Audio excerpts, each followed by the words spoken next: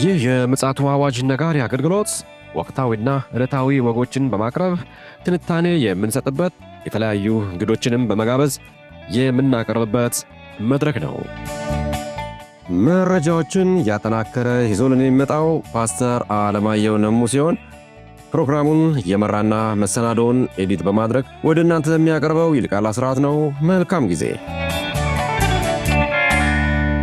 ሰላም ሰላም፣ ውድ የምፅዓቱ አዋጅ ነጋሪ አድማጮቻችን እንዴት አመሻችሁ? በድጋሚ እንግዲህ ተገናኝተናል። የዓለማችን ወቅታዊ ጉዳዮች ርዕሰ ጉዳዮቻቸው እጅግ ብዙ ስለሆኑ ከዛ ውስጥ እንግዲህ ወደ እናንተ እየመራረጥን ወደ እናንተ እያመጣን እንገኛለን። ፓስተር አለማየሁ መረጃውን እያሰባሰበ ይዞልን እየመጣ ነው፣ እያነቃንም ነው። ከእርሱ ጋር እንግዲህ መልካም ጊዜ ይኖረናል። ይልቃል አስራት ነኝ ከምፅዓቱ አዋጅ ነጋሪ አገልግሎት። ውድ አድማጮቻችን እንግዲህ ፓስተር አለማየሁ ነሙ መስመር ላይ ተገኝቷል። እንግዲህ ከቀኑ በኋላ ደግሞ በዓለማችን ዙሪያ እየተዳሰሱ ያሉ መረጃዎችን አሰባስቦ ወደኛ ይዞልን መጥቷል። ምን እንደሆኑ እንግዲህ እሱ ያጋራናል። በቅድሚያ ግን ሰላምታ ላድርግና በቀጥታ ወደዛ አመራቸዋለሁ። ሰላም ላንተ ይሁን ፓስተር፣ እንዴት አመሸ? እንደምን አመሸ ወንድም ይልቃል? እግዚአብሔር ይመስገን። እንግዲህ ከቀኑ በኋላ ዳግም ተገናኝተናል። ቀን ላይ ምናልባት ያልሰሙን ወገኖች ካሉ በቻናላችን ገባ ብላችሁ እንድታደምጡ ግብዣችን ይሆናል። አሁን ግን ፓስተር ያው እንግዲህ መስመር ላይ ተገኝቷል። ምን ይሆን እስኪ ዛሬ በዚህ ምሽት ያገኘው መረጃ? እንግዲህ ምንድን ነው መሰለህ፣ በመካከለኛው ምስራቅ መጀመሪያውኑ እኛ ለመናገር ሞክረን ነበረ። ይሄ ተኩስ አቁም ወይም ሲስፋየር ከተፈራረሙ በኋላ እስራኤል የተወሰነ ነገር አድርጋለች። ያው የተወሰነ ወታደሮቿን ከማዕከላዊ ጋዛ ዙሪያ ወደ ማውጣትና ደቡብ ጋዛ አካባቢ እንዳሉ ይታወቃል። እንግዲህ ሐማስም ያው ቀጠናውን አካባቢውን እየተቆጣጠረ እንደነበረ ይታወቃል። እንግዲህ በትናንትናው ዕለት ግጭት ተፈጥሯል በእስራኤልና በሐማስ በኩል። እንግዲህ የእስራኤል ሚዲያዎች እንደዘገቡት ሐማስ በመካከለኛው ማለትም በደቡብ እስራኤል ጥቃት ፈጽሟል። በዚህም ጥቃት 2 ወታደሮች ሞተዋል፣ 3 ወታደሮች ቆስለዋል። ጸረ ታንክ ተኩሶ ነው መሰለኝ። በጸረ ታንክ ሚሳኤል ነው። እነዚህ ቡልዶዘር የያዙ ወታደሮችን ነው ብላ ያለችው እና ጥቃት ተፈጽሟል። ከዋሻ ውስጥ ወጥቶ ጥቃት እንደፈጸመ እንግዲህ ጥቃቱ ከተፈጸመ በኋላ እስራኤል የወሰደችው አጠፌታ በቀጠናው ላይ ስጋትን ፈጥሮ ነበረ። ስጋትን ፈጥሯል። ምንድነው? በመድፍ በታንክ እና በአየር ኃይል ከፍተኛ የሆነ ጥቃት ፈጽማለች።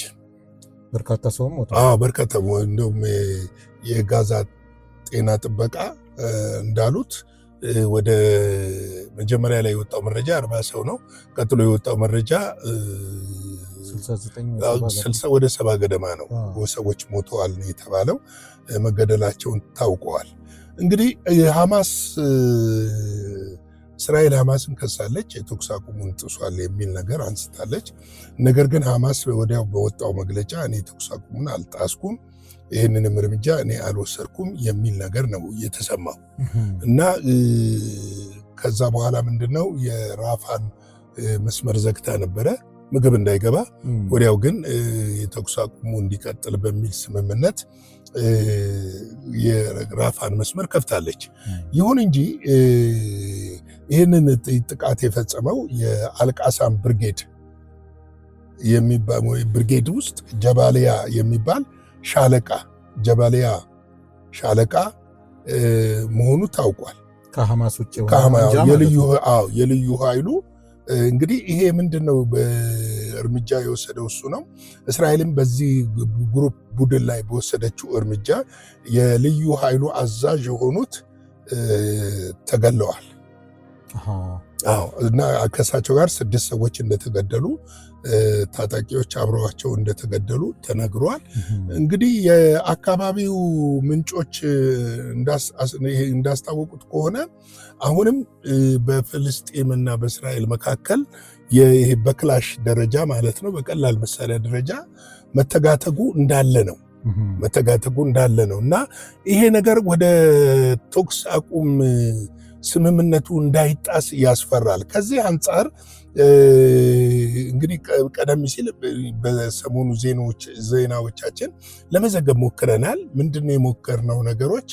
በተከታታይ ዶናልድ ትራምፕ ማስጠንቀቂያ እየሰጡ ነበረ እና አሁን በዛ ማስጠንቀቂያ መሰረት ይመስላል ቀጣይ ድርድር ለማድረግ የሐማሱ መሪ ባለፈው ከግድያ ያመለጡት ማለት ነው ኳታር ዶሃ ከግድያ ያመለጡት ከሊል አልጀቢል የሚባሉ ለቀጣዩ ድርድር ወደ ግብፅ ያመሩ መሆኑ ታውቋል። እንግዲህ የቀጣዩ ድርድር በዋናነት የዚህ ድርድር መንስኤ የሚሆነው የሐማስ ትጥቅ መፍታትና ሐማስ ከወታደራዊውም ከፖለቲካውም ጨዋታ እንዲወጣ ማድረግ ነው የእስራኤል ትልቁ ጥያቄ ነበር። ነገር ግን አሁን ላይ በምታየው ሁኔታ ሐማስ በምንም መልኩ ትጥቅ የሚፈታ አይመስልም።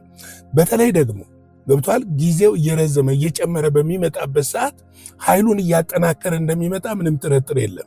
ምክንያቱም ወታደራዊ ስልቶች እንደዛ ናቸው።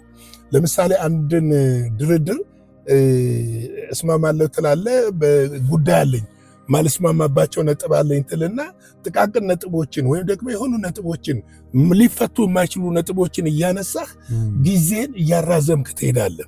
በዛ በተራዘመ ጊዜ ውስጥ ምንድነው የምታደርገው?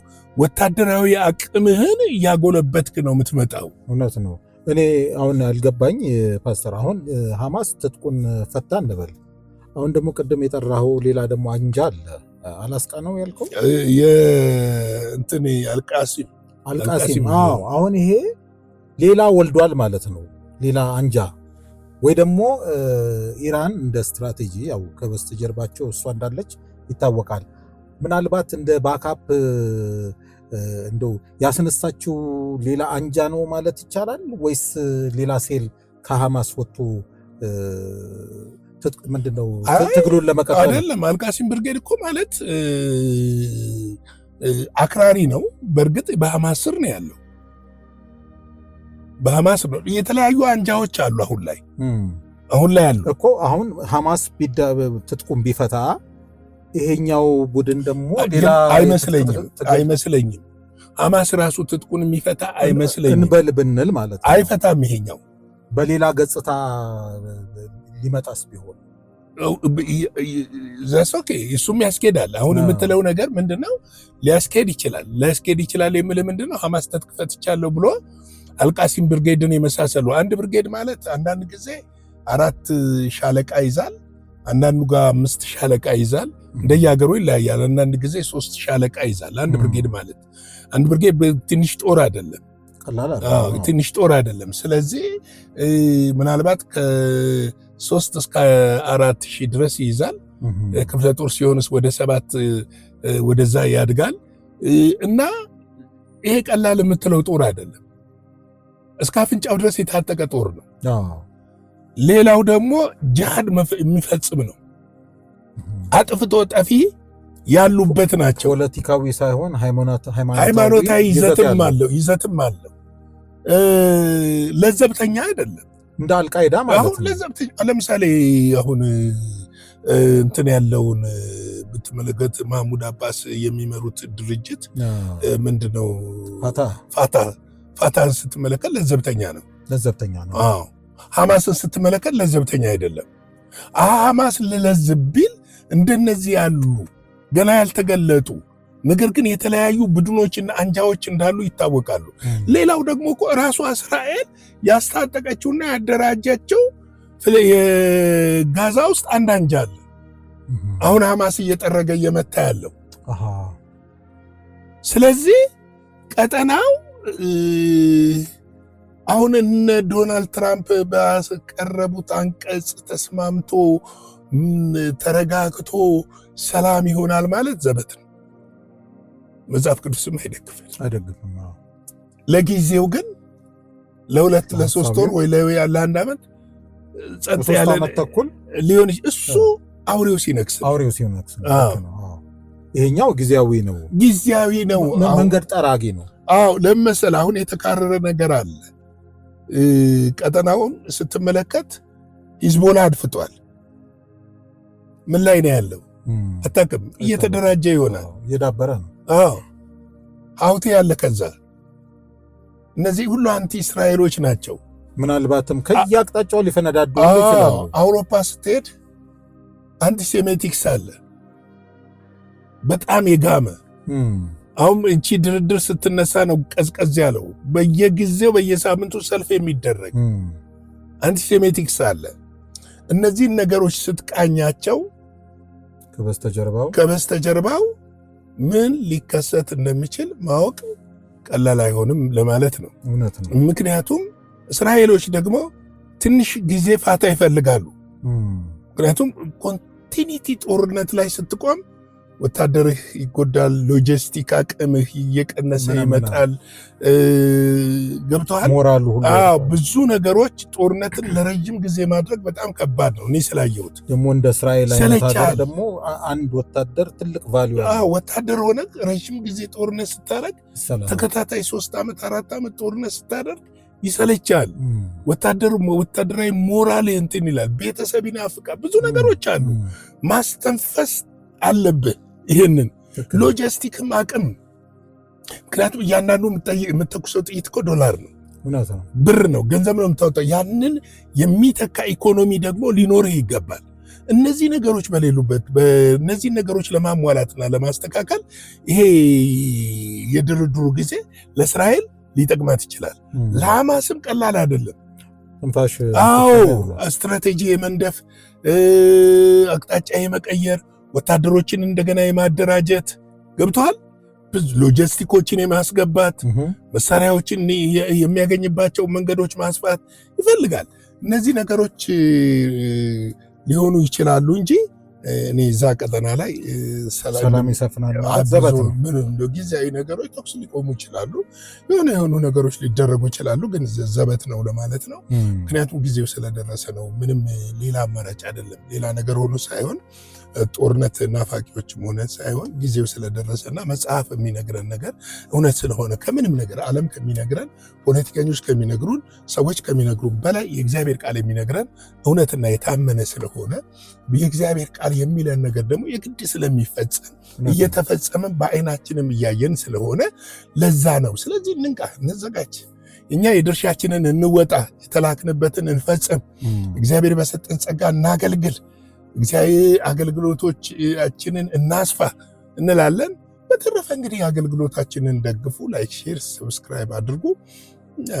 ቀንም እንደተናገርኩት አንዲት ጠጠር ስትወረውሩ የተወሰነ ታስፈነጥሩናላችሁና በጎፈንድሚ አሜሪካ፣ ካናዳ፣ አውስትራሊያ ያላችሁ ድጋፍ እያደረጋችሁ ያላችሁ እግዚአብሔር ይባርካችሁ ማለት ፈልጋለሁ ቅድሚያ። ነገር ግን ደግሞ መደገፍ እየፈለጋችሁ የተለያየ ምክንያት የተያዛችሁ እግዚአብሔር ጸጋውን ያብዛላችሁ እንድደግፉን። አንድ ጠጠር በወረወራችሁ ቁጥር አገልግሎቱ ወደፊት እንዲራመድ ያደርጋል። ወደፊት ምክንያቱም በሰፋፊ አገልግሎቶች መምጣት ስለምንፈልግና እናንተን ለማገልገል ለየትም ቀንም ስለማንታክት እንደሆነ እንድታውቁልን ያስፈልጋል። ጌታ ጸጋ ሰላም ይብዛላችሁ። ውጭ ላላችሁ መልካም ቀን፣ አገር ውስጥ ላላችሁ መልካም ሌሊት። ሻሎም። ጌታ ኢየሱስ አብዝቶ ይባርክ። ፓስተር በጣም ትልቅ ይዘት ያለው መልእክትን ያስተላለፍክልን። እንግዲህ መንፈስ ለአብያተ ክርስቲያናት የሚለውን ጆሮ ያለው ይስማ ይላል ቅዱስ ቃሉ። እኛ ይህንን መልእክት ወደ እናንተ አድርሰናል። መስማትና ደግሞ በተግባር መዋል ደግሞ የእያንዳንዳችን ድርሻ ነው። ላልሰሙትም ደግሞ ማሰማት ራሱ ከተጠያቂነት ማምለጥ ይሆናልና በዚህ የተሳተፋችሁ ወገኖች እግዚአብሔር አብዝቶ ይባርካችሁ። በየጊዜው በምንለቃቸው ፕሮግራሞች ላይ በጎ የሆነ አስተያየታችሁን የምትለግሱን ወገኖች እግዚአብሔር አብዝቶ ይባርካችሁ። በዚሁ እንድትቀጥሉ እናበረታታለን። እንግዲህ ለዛሬ ለሰኞ ምሽት ይዘን የመጣነው መረጃ ይህንን የመሰለ ነው። ፕሮግራሙን ወደ እናንተ ያደረስነው በቀንም በማታም ፓስተር አለማየሁ ደግሞ ፕሮግራሞችን መረጃዎችን በማሰባሰብ እኔም ይልቃል አስራት ፕሮግራሙን በመምራት ከእናንተ ጋር ነበርን። በነገው ዕለት ደግሞ አዳዲስ መረጃዎችን ይዘን የምንመጣ ይሆናል። ብቅ እንላለን። ሁላችሁም ተጋብዛችኋል። እስከዚያው ድረስ መልካም ጊዜ ይሆንላችሁ። ሻሎም። ለዛሬ ይዘን የመጣነው ወቅታዊ መረጃ ይህንን ይመስል ነበረ። በሌላ ጊዜ በሌላ መሰናዶ እስከምንገናኝ ሰላም ለእናንተ ይሁን።